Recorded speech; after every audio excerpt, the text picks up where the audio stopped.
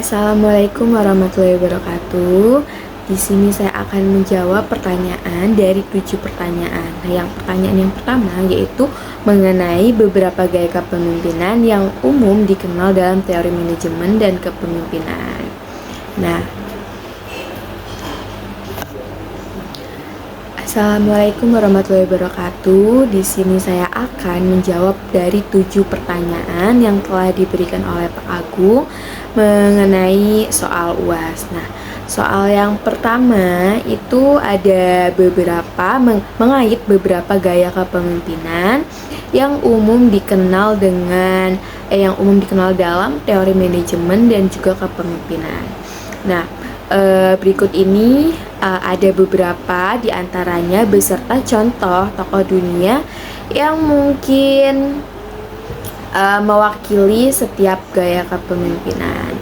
Nah, untuk yang pertama ada gaya kepemimpinan otoriter. Nah, gaya kepemimpinan otoriter ini ditandai dengan pemimpin yang mengambil keputusan sendiri tanpa melibatkan anggota dari timnya sendiri. Nah, pemimpin ini juga menunjukkan kendali penuh atas timnya. Nah, memberikan perintahnya dan juga mengharapkan ketaatan tanpa banyak memberikan kesempatan untuk memberikan masukannya. Nah, contoh tokoh dunianya sendiri yaitu Adolf Hitler. Nah, Adolf Hitler ini seorang pemimpin otoriter yang sangat terkenal sekali selama Perang Dunia Kedua. Nah, ia ini mengambil keputusan sendiri dan mengekang oposisi dengan tangan besi, memastikan bahwa kehendaknya dijalankan tanpa ragu-ragu dari bawahannya sendiri. Nah, begitu. Nah, untuk yang kedua juga ada gaya kepemimpinan transaksional. Nah, gaya kepemimpinan transaksional ini berfokus pada untuk memberikan hadiah atau hukuman sesuai dengan kinerja anggota timnya sendiri. Nah, pemimpinnya juga memberi penghargaan bagi yang mencapai target atau standar tersebut. Nah, sementara memberikan sanksi bagi yang tidak bisa mencapainya sendiri. Nah, untuk contohnya sendiri yaitu contoh tokoh dunianya seperti Jack Welch. Nah, Jack Welch ini mantan CEO General Electric. Nah, dikenal sebagai pemimpin transaksional yang sukses sekali. Nah, dia ini sering banget memberikan bonus besar dan tunjangan bagi karyawan yang berhasil mencapai target bisnis yang ambisius itu. Nah, ia juga memberikan pemecatan bagi mereka yang tidak mencapai kinerja yang diharapkan. Ngeri juga ya. Dan yang ketiga ada gaya kepemimpinan transformasional. Nah, gaya kepemimpinan transformasional ini melibatkan inspirasi dan pengaruh pemimpin terhadap anggota timnya. Nah, pemimpin ini berusaha untuk mendorong anggota timnya sendiri untuk mencapai potensi maksimalnya mereka. Nah, mengubah visi dan budaya organisasi. Contoh tokoh dunianya sendiri yaitu Nelson Mandela. Nah, Nelson Mandela ini adalah contoh luar biasa dari pemimpin transformasional. Nah, dia ini mampu menyatukan orang Afrika Selatan dari berbagai latar belakang ras dan sosial setelah era apartheid. Nah, visi dan semangatnya ini menginspirasi banyak orang untuk berjuang demi persatuan dan perdamaian. Nah, yang selanjutnya ada gaya kepemimpinan demokratis. Nah, gaya kepemimpinan demokratis ini mencakup keterlibatan aktif anggota tim dalam proses pengambilan keputusan. Nah, pemimpinnya sendiri mencapai masukan dan ide dari anggota tim sebelum membuat keputusan akhir gitu. Nah, untuk contoh tokoh dunianya ini ada Barack Obama. Nah, pada tahu kan Barack Obama ini mantan presiden Australia. Ia juga dikenal karena gaya kepemimpinannya yang demokratis. Nah, ia berusaha mendengarkan pandangan dan masukan dari berbagai pihak sebelum mengambil keputusan yang penting. Nah, memungkinkan partisipasi aktif dari anggota timnya dalam proses pengambilan keputusan. Dan untuk yang selanjutnya itu ada gaya kepemimpinan laissez-faire. Nah, gaya kepemimpinan laissez-faire ini ditandai dengan pemimpin yang memberikan kebebasan maksimal pada anggota timnya untuk mengambil keputusan dan mengelola tugas mereka sendiri tanpa campur tangan langsung. Nah, contoh tokoh dunianya ini seperti Mahatma Gandhi. Nah, Mahatma Gandhi ini contoh tokoh dunia yang mungkin ia mencerminkan gaya kepemimpinan laissez-faire ini. Nah, ia juga memberikan otonomi kepada para pengikutnya dalam gerakan perjuangan kemerdekaan India. Nah, meskipun ia tetap menjadi pemimpin spiritual dan moral, ia memberi ruang bagi orang-orang untuk mengambil inisiatif dan mengelola tugas mereka sendiri. Nah, penting untuk diingat bahwa kepemimpinan kompleks dan dapat mencakup kombinasi gaya-gaya ini, tergantung pada situasi dan konteks yang dihadapi pemimpin tersebut.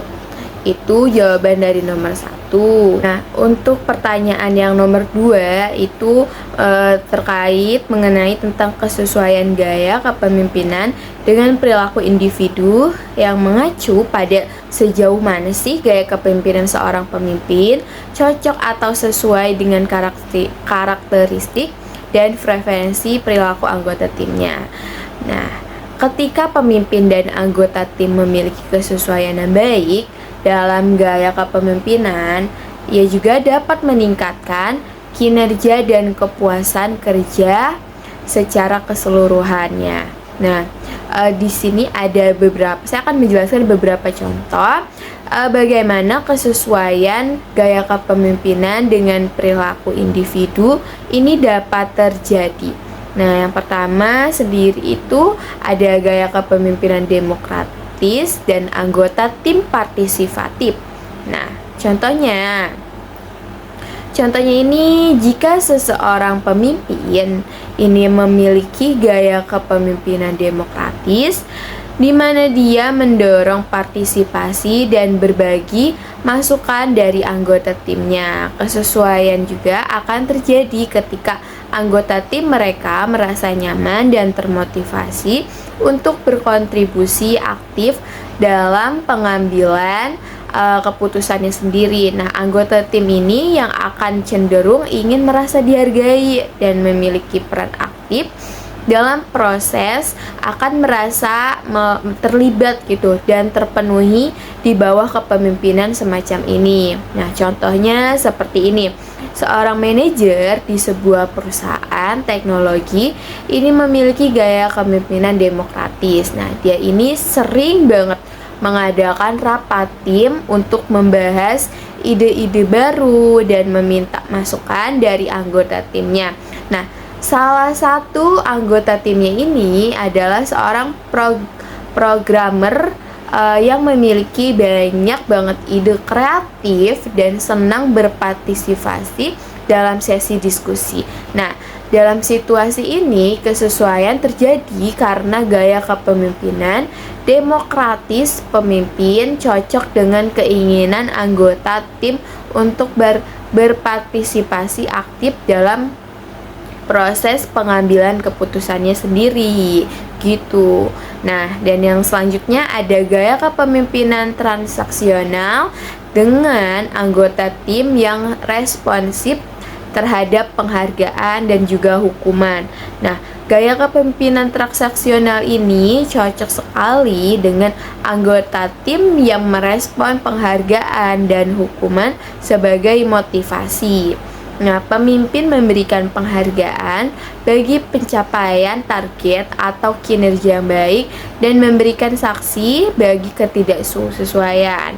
Nah, contohnya sendiri yaitu kepada seorang manajer di toko retail memiliki gaya kepemimpinan transaksional. Dia juga selalu dan sering sekali memberikan bonus bulanan kepada masyarakat, pada karyawannya sendiri yang berhasil mencapai target penjualannya. Dan sebaliknya, memberikan teguran tertulis untuk karyawan yang sering terlambat. Nah, salah satu karyawan di toko tersebut ini adalah seorang individu yang responsif terhadap insentif dan hadiah. Karyawan ini akan merasa termotivasi oleh gaya kepemimpinan transaksional karena karena merasa diakui dan dihargai atas upayanya gitu. Nah, yang selanjutnya itu ada gaya kepemimpinan transformasional dan anggota tim yang terinspirasi oleh visi. Kalau gaya transformasional ini cocok dengan anggota tim yang terinspirasi oleh visi dan tujuannya ini lebih tinggi. Nah, pemimpin semacam ini mampu ilhami dan menggerakkan anggota tim untuk mencapai lebih dari sebelumnya itu dianggap mungkin gitu. Nah, contohnya kepada seorang CEO, nah di perusahaan teknologi ini memiliki gaya kepemimpinan transformasional. Dia memiliki visi ambisius untuk mencapai teknologi yang akan mengubah cara orang hidup. Nah, salah satu anggota timnya adalah seorang insinyur dengan semangat menciptakan solusi inovatif yang dapat membantu banyak sekali orang. Nah, dalam hal ini, kesesuaian gaya kepemimpinan transformasional pemimpin cocok dengan aspirasi dan semangat anggota timnya untuk mencapai sesuatu yang berdampak besar bagi masyarakat. Nah, kesesuaian gaya kepemimpinan dengan perilaku individu penting untuk menciptakan lingkungan kerja yang harmonis dan juga produktif. Namun, perlu diingat bahwa setiap individu dapat memiliki kombinasi berbeda dan karakteristik dan preferensi. Nah, kadang-kadang juga nih kepemimpinan yang efektif ini mungkin sekali memerlukan fleksibilitas untuk beradaptasi dengan anggota tim yang beragam. Nah, begitu jawaban dari nomor kedua. Dan saya mendapatkan referensi ini untuk contoh-contohnya saya mendapatkan dari buku yang ada di perpustakaan, dan untuk pengertiannya sendiri ini saya mendapatkan dari Google. Selanjutnya saya akan menjawab pertanyaan dari nomor 3, yaitu mengenai kesesuaian gaya kepemimpinan dengan perilaku kelompok. Nah, ini tuh mengacu pada sejauh mana gaya kepemimpinan seorang pemimpin cocok atau sesuai dengan karakteristik dan kebutuhan kelompok yang dipimpinnya. Nah, ketika gaya kepemimpinan ini sesuai dengan dinamika dan kebutuhan kelompok, ini tuh akan meningkatkan efektivitas kelompok kerjasama dan juga pencapaian tujuan bersama gitu tuh. Nah, berikut ini ada beberapa contoh mengenai bagaimana kesesuaian gaya kepemimpinan dengan perilaku kelompok dapat terjadi. Nah, itu ada gaya kepemimpinan partisipatif dan kelompok yang responsif terhadap keterlibatan. Nah, jika kelompok ini memiliki anggota yang lebih suka terlibat dalam pengambilan keputusan dan merasa lebih termotivasi ketika mereka merasa dihargai dan didengarkan, gaya kepemimpinan partisipatif akan sesuai dengan dinamika kelompoknya tersebut. Nah, pemimpin partisipatif berkolaborasi dengan anggota kelompok dalam pengambilan keputusan dan juga mendorong partisipasi aktif. Nah, contohnya seperti ini nih. Sebuah tim proyek ini di sebuah perusahaan IT terdiri dari individu dengan beragam keahliannya. Nah, pemimpin tim ini kan memiliki gaya kepemimpinan partisipatif dan secara rutin mengadakan pertemuan tim untuk mendiskusikan rencana dan strategi proyeknya. Nah, anggota tim ini sangat merasa dihargai karena mereka ini diberdayakan untuk memberikan masukan dan saran yang berdampak pada keputusan proyeknya sendiri. Nah, akibatnya kolaborasi dan semangat kerja dalam kelompok ini meningkat yang berdampak positif pada kualitas proyek yang dihasilkan. Nah, selanjutnya itu ada gaya kepemimpinan karismatik dan kelompok yang terinspirasi oleh kepemimpinan karismatik. Nah, memiliki anggota yang terinspirasi oleh kepemimpinan karismatik dan memiliki kepercayaan tinggi terhadap pemimpin karismatik. Kesesuaian dapat terjadi ketika gaya kepemimpinan karismatik ini dipraktekkan. Nah, pemimpin karismatik juga mampu menginspirasi, mempengaruhi, dan juga menarik perhatian anggota kelompok dan karisma dan juga visi mereka. Nah, contohnya seperti sebuah organisasi nirlaba yang bergerak dalam bidang pelestarian lingkungan ini memiliki kelompok aktivitis muda yang sangat terinspirasi oleh pemimpin karismatik. Nah, pemimpin ini memiliki visi yang kuat tentang masa depan yang berkelanjutan dan mampu mengkomunikasikan visinya dengan penuh semangat. Nah, kelompok aktivitis ini merasa terinspirasi dan juga termotivasi oleh gaya kepemimpinan karismatik pemimpin mereka, yang sehingga mendorong mereka untuk bekerja lebih keras dan juga mencapai tujuan lingkungan yang mereka kejar.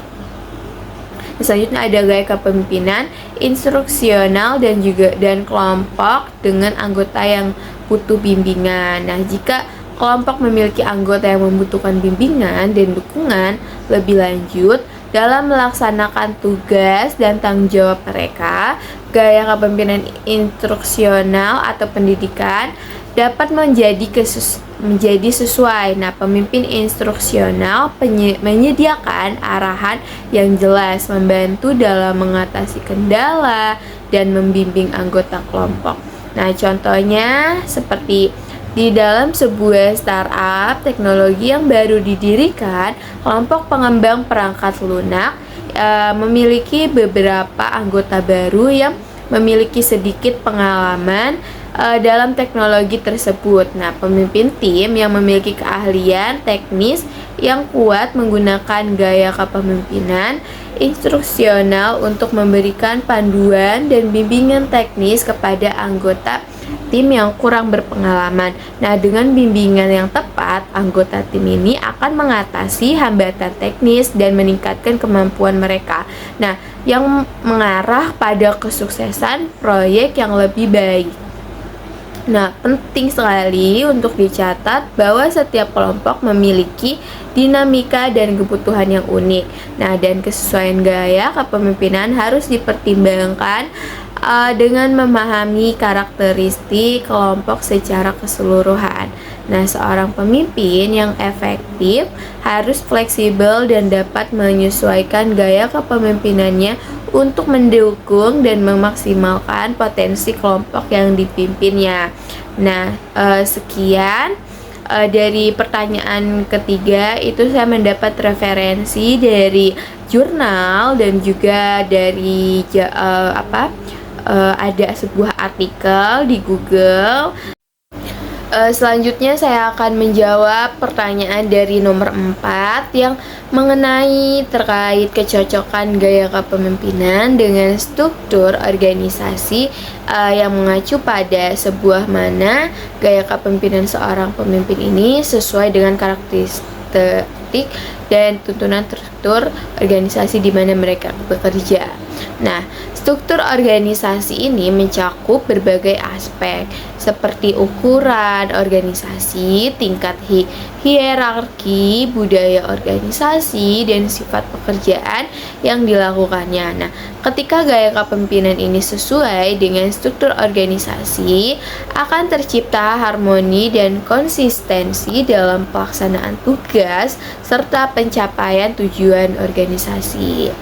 Nah, ada contoh bagaimana kecocokan gaya kepemimpinan dengan struktur organisasi dapat terjadi. Nah, yang pertama itu ada gaya kepemimpinan birokratis dan organisasi dengan struktur hierarkis tinggi. Nah, gaya kepemimpinan birokratis ini cocok dengan organisasi yang memiliki struktur hierarkis tinggi dan aturannya yang jelas. Nah,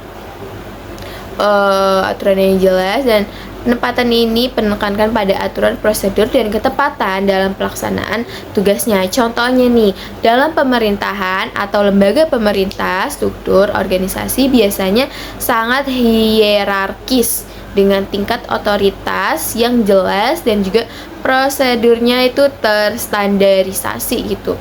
Nah, di Departemen Keuangan sebuah pemerintahan, seorang kepala departemen yang menerapkan gaya kepemimpinan birokratis akan memastikan bahwa anggota tim ini mengikuti aturan dan prosedur yang ditetapkan. Nah, dengan ketat dalam pengelolaan keuangan negara seperti itu. Nah, yang selanjutnya ada gaya kepemimpinan kolaboratif dan organisasi dengan struktur matriks.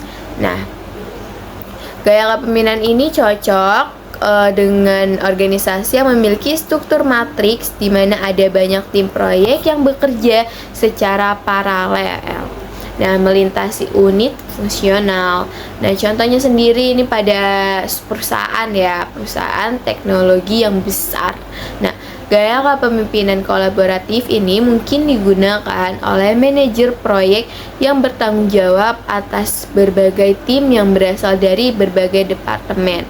Nah, pemimpin ini harus berkolaborasi dengan pemimpin departemen fungsional untuk mengkoordinasikan upaya tim dan mencapai tujuan proyek secara efektif. Begitu.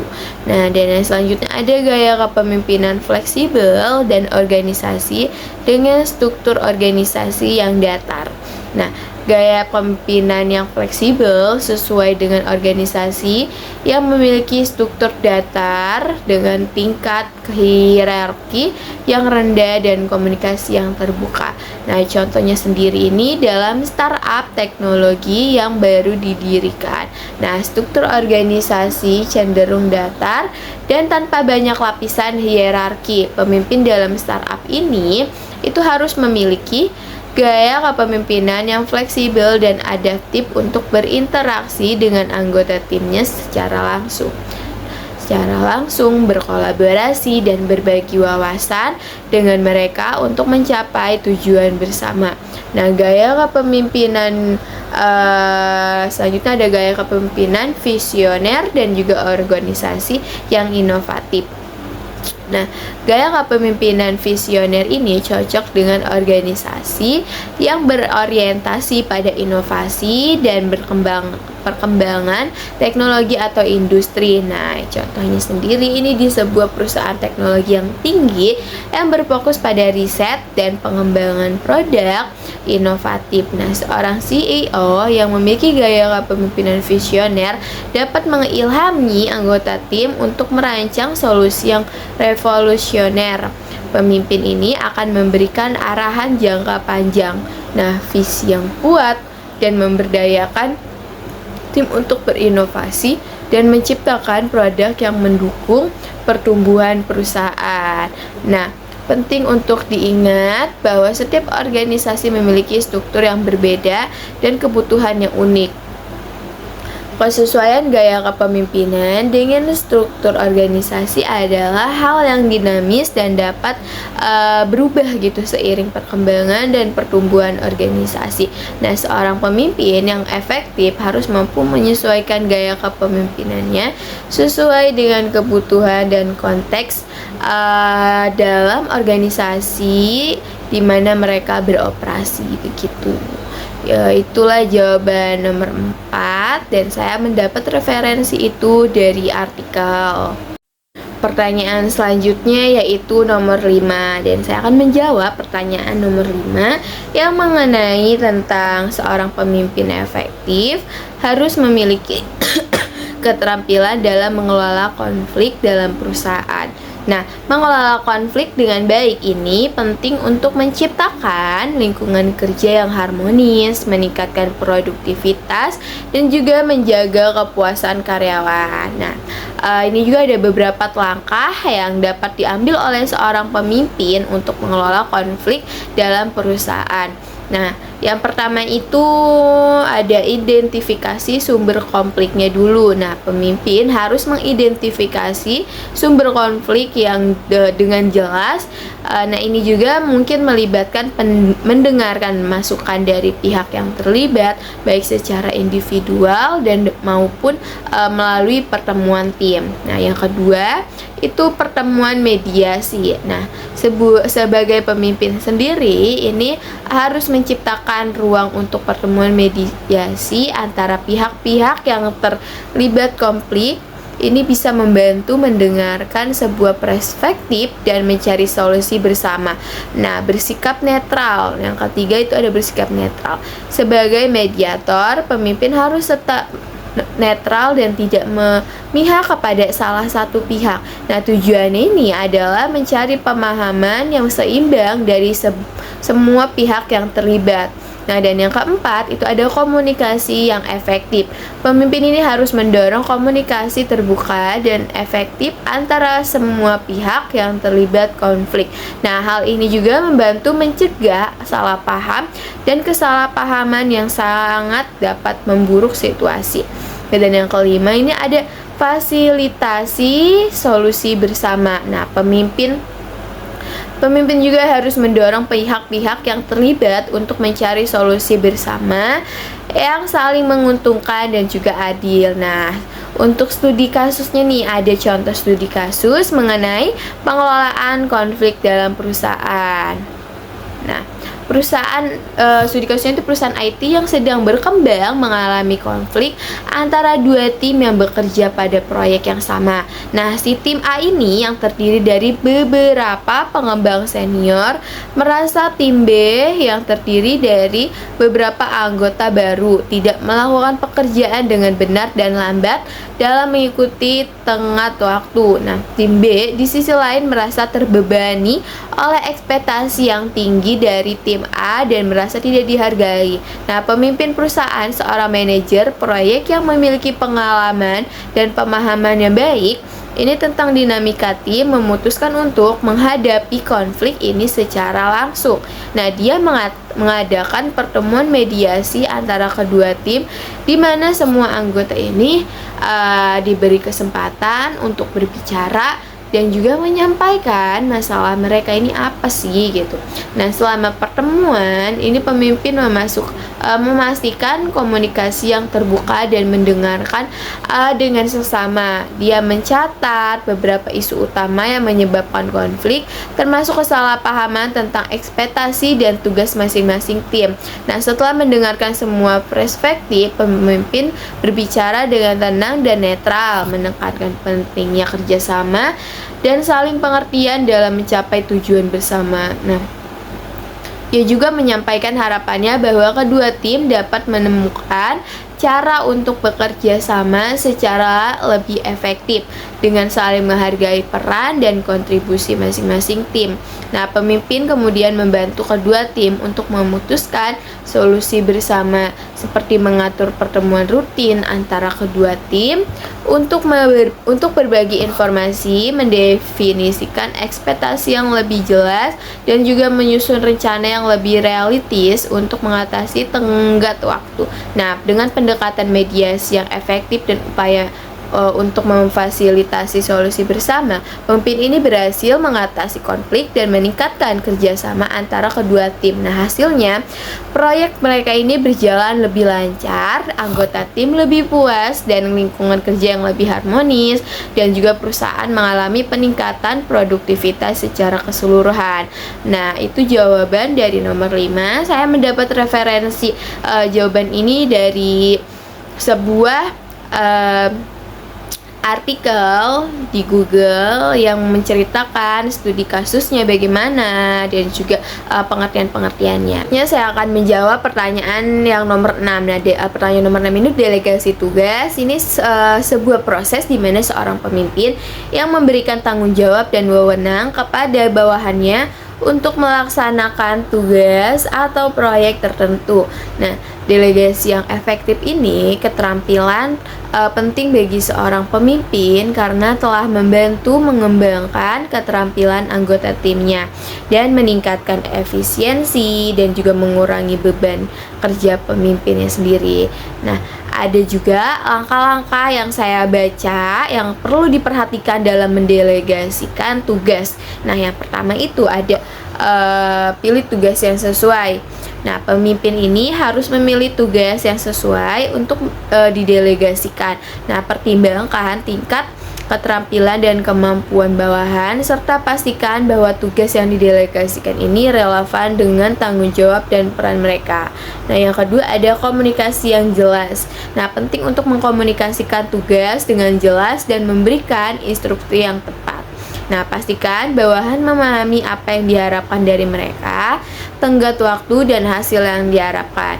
Dan yang ketiga itu ada wewenang dan tanggung jawab. Nah, pastikan mereka bawahan ini memiliki wewenang dan otoritas yang cukup untuk menyelesaikan tugas tersebut. Nah, berikan kepercayaan kepada mereka untuk membuat keputusan dan mengambil langkah-langkah yang diperlukan. Nah, selanjutnya ini ada tetap tersedia untuk bantuan. Meskipun tugas telah didelegasikan, pemimpin ini harus tetap tersedia untuk memberikan bantuan atau dukungan jika diperlukan. Nah, ini membantu bawahan ini merasa didukung dan juga termotivasi.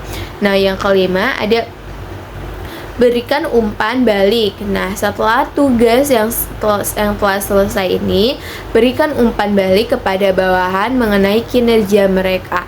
Nah, apresiasi hasil yang baik dan juga berikan saran konstruktif untuk perbaikan di masa mendatang. Nah, yang keenam itu ada monitor dan evaluasi. Nah, meskipun tugas telah didelegasikan, pemimpin ini harus tetap memantau kemajuan dan hasil pekerjaan. Nah, ini memungkinkan pemimpin untuk memastikan bahwa tugas diselesaikan dengan baik dan tepat waktu. Nah, ada juga manfaat mendelegasikan tugas yang efektif, yaitu salah satunya bisa mengembangkan keterampilan bawahan. Nah, delegasi memberikan kesempatan bagi bawahan untuk mengembangkan keterampilan baru dan meningkatkan kompetensi mereka. Nah, yang kedua itu ada meningkatkan efisiensi. Delegasi membantu membagi beban kerja dan meningkatkan efisiensi tim secara keseluruhan. Dan yang ketiga ada memotivasi anggota tim, memberikan tanggung jawab dan otoritas kepada bawahan. Ini dapat meningkatkan motivasi dan kepuasan kerja mereka. Nah, yang keempat ada mengurangi beban pemimpin. Dengan mendelegasikan tugas, pemimpin ini dapat mengurangi beban kerja mereka dan fokus pada tugas-tugas yang lebih strategis. Nah, yang kelima ada meningkatkan kreativitas dan inovasi. Delegasi memberikan kesempatan bagi bawahan untuk memberikan kontribusi kreatif dan inovatif dalam menyelesaikan tugasnya. Nah, penting untuk diperhatikan bahwa delegasi yang efektif ini memerlukan komunikasi yang jelas, kepercayaan dan juga dukungan dari pemimpinnya sendiri. Nah, pemimpin ini harus bersedia memberikan kesempatan kepada bawahan untuk bertumbuh dan belajar. Nah, sambil tetap memberikan bimbingan dan dukungan yang diperlukan. Nah, delegasi yang tepat membantu menciptakan lingkungan kerja yang kooperatif dan juga produktif yang menguntungkan bagi keseluruhan organisasi. Nah, itu jawaban nomor 5 atau 6 saya lupa, dan saya mendapat referensi itu dari Google, yang dimana yang berisi itu ada jurnal yang sedang menceritakan langkahnya, dan juga ada tahap-tahap gimana mendelegasikan tugas. Nah, untuk pertanyaan yang terakhir ini mengenai seorang pemimpin yang memiliki peran penting dalam mengambil keputusan yang dapat mempengaruhi kelangsungan dan kesuksesan organisasi. Nah, di sini saya akan menjawab pertanyaan dari nomor 7, yaitu kesuksesan organisasi atau tim yang dipimpinnya ini mengambil keputusan yang tepat adalah keterampilan yang krusial bagi seorang pemimpin. Nah, saya akan menjelaskan beberapa prinsip yang perlu diperhatikan dalam mengambil keputusan. Nah, salah satunya yang pertama adalah mengumpulkan informasi yang relevan. Seseorang harus memiliki dan juga mengumpulkan informasi yang relevan dan akurat terkait dengan masalah atau situasi yang dihadapinya. Nah, informasi yang baik dan lengkap ini juga membantu dalam membuat keputusan yang lebih baik dan informasional. Nah, yang kedua ini ada pertimbangkan pro dan kontra. Nah, pemimpin ini harus mempertimbangkan pro dan kontra dari setiap pilihan yang ada. Nah, melihat dari berbagai sudut pandang, membantu memahami dampak keputusan dan konsekuensinya. Nah, dan yang ketiga ini ada pertimbangkan dampak jangka panjang. Nah, selain melihat dampak keputusan dalam jangka pendek, seorang pemimpin juga harus mempertimbangkan implikasi dan juga dampak jangka panjang dari keputusan tersebut. Nah, yang keempat itu ada konsultasi dengan tim atau ahlinya. Nah, dalam situasi yang kompleks, seseorang pemimpin dapat mencari masukan dari anggota tim atau konsultasi dengan ahli yang memiliki pengetahuan dan pengalaman yang relevan. Nah, berpegang pada nilai dan etika. Selanjutnya ada berpegang pada nilai dan etika. Nah, keputusan ini harus selaras dengan nilai dan etika organisasi atau kepemimpinan pribadi. Nah, pemimpin harus mempertimbangkan implikasi moral dari keputusan yang diambil. Nah, yang keenam ini ada berani mengambil resiko. Nah, terkadang mengambil keputusan yang berarti berani mengambil resiko. Nah, pemimpin ini harus siap menghadapi konsekuensi dan belajar dari kegagalan jika terjadi. Contoh studi kasusnya itu mengenai pengambilan keputusan seorang pemimpin dalam perusahaan manufaktur, yaitu ada seorang CEO di perusahaan manufaktur sedang menghadapi keputusan yang sulit tentang apakah akan mengalihkan sebagai produksi perusahaan ke lini produksi yang lebih otomatisasi. Nah, produksi otomatisasi ini memerlukan investasi modal yang signifikan, tetapi berpotensi meningkatkan efisiensi dan produktivitas produksi dalam jangka yang panjang. Nah, di sisi lain, pilihan lain adalah tetap menggunakan lini produksi yang ada, yang lebih mengandalkan tenaga kerja manusia dan memerlukan biaya yang lebih rendah. Nah, pemimpin ini menyadari bahwa keputusan ini akan berdampak pada produktivitas dan keuntungan perusahaan dalam jangka yang panjang. Nah, dia ini mulai mengumpulkan informasi tentang keuntungan dan biaya dari kedua pilihan tersebut. Nah, serta dampaknya terhadap kualitas produk dan keputusan pelanggan. Nah, CEO ini juga berkonsultasi dengan tim manajemen puncak perusahaan dan ahli industri tentang potensi keuntungan dan resiko dari masing-masing opsi. Nah, dia juga mempertimbangkan pandangan dan masukan dari karyawan yang akan terpengaruh oleh keputusan ini setelah mempertimbangkan informasi, risiko, dan pandangan berbagai pihak yang terlibat. Nah, CEO ini mengambil keputusan untuk mengalihkan sebagian produksi perusahaan ke lini produksi yang lebih otomatisasi. Nah, keputusan ini didasarkan pada potensi untuk meningkatkan efisiensi produksi, kualitas produksi, dan juga kepuasan pelanggan dalam jangka panjang. Nah, CEO ini siap menghadapi risiko investasi awal dan berkomitmen untuk memastikan kelancaran transisi dan membantu karyawan terdampak untuk beradaptasi dengan perubahan. Nah, dalam kasus ini pemimpin mengambil keputusan berdasarkan informasi yang relevan, mempertimbangkan dampak jangka panjang, dan konsultasi dengan berbagai pihak yang terkait.